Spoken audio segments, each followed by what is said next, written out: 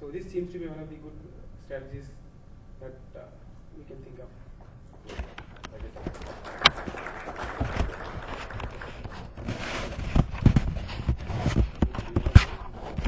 Actually, one of the things what I like about Venu is that of this pretty strong marketing communication aspect of background.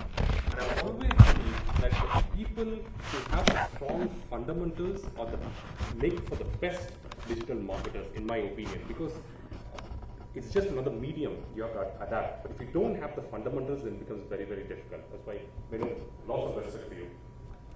Thanks, Bob. And Sari? Sorry. Yeah, you said you're coming after us. Well, you said you're coming after all the agencies in town, so we'd love to have more competition, because I think it's really about saying that the client doesn't just want a technical solution.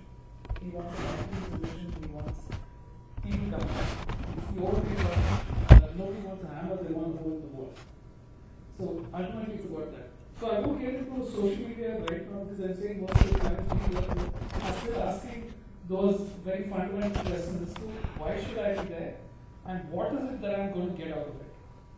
And when we say this is what I'm going to get out of it, at least in the immediate term, they prefer to defer it for some time rather than say, okay, I'll make that investment maybe next year. I'll see what I need to do over this.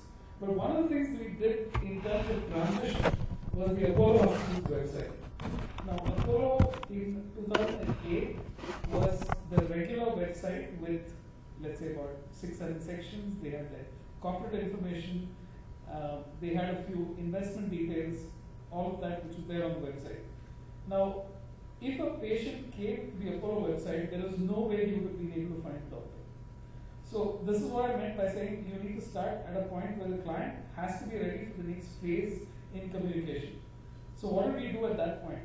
We simply split the business into about 8 or 10 of the major areas that they needed patients in, which is they had expertise in orthopedics, cardiology, neurology, every single one of them, and sites were created according to those specific needs.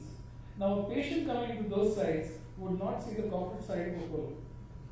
What is their intention? They want to find out, okay, I know that orthopedic surgery in India is cheap. It's 90% cheaper doing knee replacement surgery in India as opposed to doing it in the US. So the point was, can I come out to Apollo, find out who the doctors are, find out the experience of the doctors, make an appointment, and then see if I can come there. Incidentally, we found that there was already a hospital in Thailand which has been doing a marvelous job on this. It's called Bumrungrad, and it's right next to the airport. And believe it or not, they turn around 500,000 patients a year, 500,000 patients a year. So it's almost like an assembly line. And from there, you saw that Apollo was able to. One of the reasons we know the project really succeeded is that because it became a independent profit center, the client said that we need to handle this in-house. So that I think is one of the biggest measures of succeeding. You fail. Right? Yeah. So the moral of the story is never been a good job. So before I go to China, I need one more idea from you guys.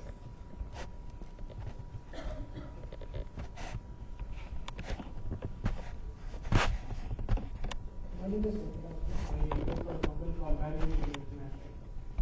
The case what we are undergoing now is this company primarily is studies of machines and industrial equipment for companies and government. The consulting arm of this group is Value International, where we typically try to position our solutions. It's not in a typical form of services, but we go and tell companies that if you have problems in this area, this is where we provide the solutions. The best challenge what we had was the retail sales team, along with management said, none of this can be marketed, which means that you can't go and identify a problem through marketing, and it has to be personally driven by people.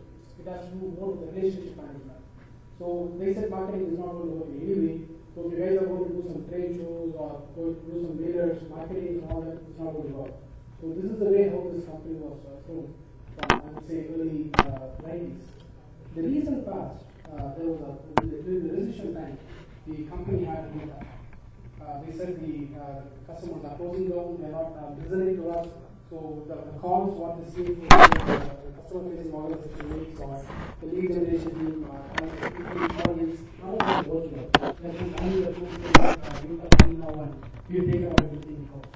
And that's when the company started identifying vendors as to how do we handle this sales force. Now the sales has completely dropped. There is no way that nobody is going to listen to your phone calls. And after 2009, what will be the scenario if we continue to do the same thing? That's when we go together and started saying that these days the buyers are